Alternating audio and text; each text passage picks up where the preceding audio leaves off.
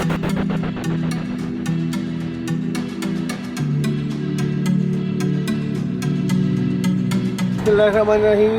वालेकुम नाज़रीन, मैं हूँ साबिर मलिक और आज की एक नई वीडियो के साथ रियल इस्टेट सेक्टर ख़ुसूसन लाहौर के अंदर जितनी भी हाउसिंग सोसाइटीज़ हैं इनके अंदर एक बहरान देखने को नज़र आ रहा है।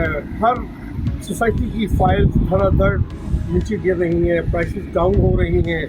ओवरसीज़ क्लाइंट्स का अरबों रुपया इस वक्त जो है वो डूब चुका है। जो गवर्नमेंट की पॉलिसीज़ हैं वो इस वक्त फिर ओवरसीज़ को फेवर्स के लिए बनाई जा रही हैं, लेकिन ओवरसीज़ इस वक्त इतने नाला हैं, इतने खाइफ हैं रियल इस्टेट मार्केट के साथ कि उनकी रेमिडेंस पाकिस्तान नहीं आ रही। तो इस सारी मामले की वजूहात क्या है कि इतनी जो प्राइसेस डाउन जा रही हैं फाइल्स की। अगर Lahore smart city housing society की बात करें तो उसकी फ़ाइल्स इस वक्त जो है वो कुछ 70% माइनस पे आ गई हैं, यानी जिस फाइल का रेट कुछ 10 लाख ऑन पे था, 9 लाख ऑन पे था, वो इस वक्त 2-3 लाख ऑन पे ट्रेड हो रही है। इसी तरह अगर हम अल जलील गार्डन की, अल नूर ऑर्चर्ड की, जैतून सिटी की और दीगर इस तरह के जो ब्रांड नेम हैं हाउसिंग सोसाइटीज़ के अंदर, उनकी फ़ाइल्स को हम डिक्लाइन में देखते हैं। तो इसकी आखिर क्या वजह है? तो मैं समझता हूँ इस वक्त जो लाहौर में इसको सियासी इंतकाम कहें या महकमाना गफलत कहें, और उसके ऊपर इस वक्त मैं बात करूँगा park view city housing society की, जिसके अंदर लोगों का अरबों रुपया डूब चुका है और उसका जो इम्पेक्ट है, जो उसका इफ़ेक्ट है, जो उसकी वजह से दीगर हाउसिंग सोसाइटीज़ के अंदर फाइल्स चल रही थी उनके ऊपर आया है।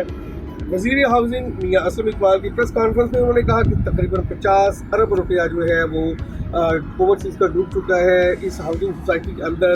तो पार्क व्यू सोसाइटी के ऊपर जो एक्शन हुआ है, उस एक्शन के रिएक्शन में इस वक्त जितनी भी फाइल्स की मार्केट है रियल इस्टेट की, वो सारी की सारी जो है वो डिस्टर्ब है, क्योंकि उसके अंदर सबसे ज़्यादा महंगी फाइल्स की बुकिंग हुई थी पार्क व्यू सिटी सोसाइटी के अंदर। और कुछ दिन पहले ही जो है LDA ने उसके ऊपर रेड किया और वहाँ पे हाथापाई भी हुई, वहाँ पे लड़ाई झगड़ा भी हुआ, जिसके नतीजे में 150-200 अफराद के ऊपर पर्चा दर्ज हुआ और उसमें बहुत सारी गिरफ्तारियाँ भी अमल में आई, वो किस्मतों पे हैं। उसकी वजह से पार्क व्यू हाउसिंग सोसाइटी के अंदर रहायशियों को भी बहुत सारी दुश्वारी का सामना करना पड़ा, क्योंकि park view housing society Abdul Aleem Khan साहब की है और जो हो सकता है कि ये सियासी और इंतकामी कार्रवाई हो, लेकिन जो इदारे की रिपोर्ट्स बता रही हैं कि उनके पास लैंड कम है और उन्होंने फाइल बहुत ज़्यादा ओवर सेलिंग की है। और ओवर सेलिंग के साथ साथ उन्होंने जो दरियाए रावी का बेल्ट है सारे के सारा, उसके ऊपर वो बुकिंग की हुई है।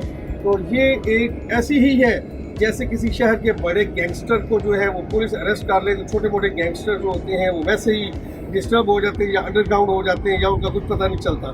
तो ये रियल इस्टेट की जो इंडस्ट्री है उसके अंदर ये इस एक गैंगस्टर का ही मुकाम रखती थी पार्क व्यू हाउसिंग सोसाइटी, और दीगर जितने भी इस तरह के ब्रांड्स हैं वो आप समझ सकते हैं कि जो छोटे गैंगस्टर की पोजीशन रखते हैं। इस वजह करके उनकी जो फाइल्स हैं, जो उनका एडमिनिस्ट्रेशन है, वो लोग भी जो है वो राइट लेफ्ट पे हैं कि कहीं इस तरह का कोई एक्शन उनकी हाउसिंग सोसाइटी के ऊपर भी ना आ जाए। तो इन फाइल्स के कारोबार में जहां आपको बहुत ज़्यादा नफ़ा या प्रॉफिट मिलते हैं, वहीं आपको बहुत बड़े नुकसान का सामना भी करना पड़ जाता है। लेकिन उसके बाद लोग फाइल्स में ही क्यों इन्वेस्ट करते हैं?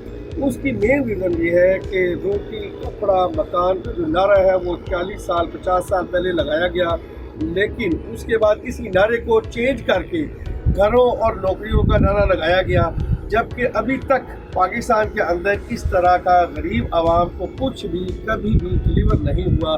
तो घर हर इंसान की बेसिक ज़रूरियात है, बेसिक ज़रूरत है, घर के ख्वाब हर बंदा देखता है। तो गवर्नमेंट सेक्टर में इस वक्त पाकिस्तान गवर्नमेंट के पास, जो भी गवर्नमेंट आती है उसके पास तो हुकूमत चलाने के लिए अपने फंड्स नहीं होते। वो गरीबों को रोटी कहाँ से देंगे, कपड़ा कहाँ से देंगे, मकान कहाँ से देंगे। मियाँ शहबाज शरीफ साहब ने आशियाना हाउसिंग प्रोजेक्ट हार्डली 2-4 हज़ार 5 हज़ार घरों का प्रोजेक्ट होगा वो डिलीवर किया, और उसके ऊपर भी इतने मामलात बने कि वो साल से केसेस चल रही हैं। तो लाखों घर कहाँ से ये दे सके, लाखों घरों का एहतसाब कौन करेगा? तो इसी वजह से गरीब आवाम इन प्राइवेट डेवलपर्स और प्राइवेट ब्रांड्स के झांसों में आती है और फाइल्स की बुकिंग में जाती है और फिर उनको भारी नुकसान उठाना पड़ता है, लेकिन फिर भी बार बार वो उनके इन सुहाने ख्वाबों में जो महू हो जाते हैं और अपना लाखों रुपया उनको दे बैठते हैं। इस वक्त अरबों रुपया फाइल्स की पोजीशन में लोगों का नुकसान हो चुका है। ओवरसीज़ क्लाइंट्स बहुत परेशान है। ओवरसीज़ को इस वक्त टैक्सेस के अंदर छूट भी दी गई है कि उनको टैक्सेस से मावरा कर दिया जाए ताकि वो पाकिस्तान में रेमिटेंस भेजें और अपनी इन्वेस्टमेंट करें।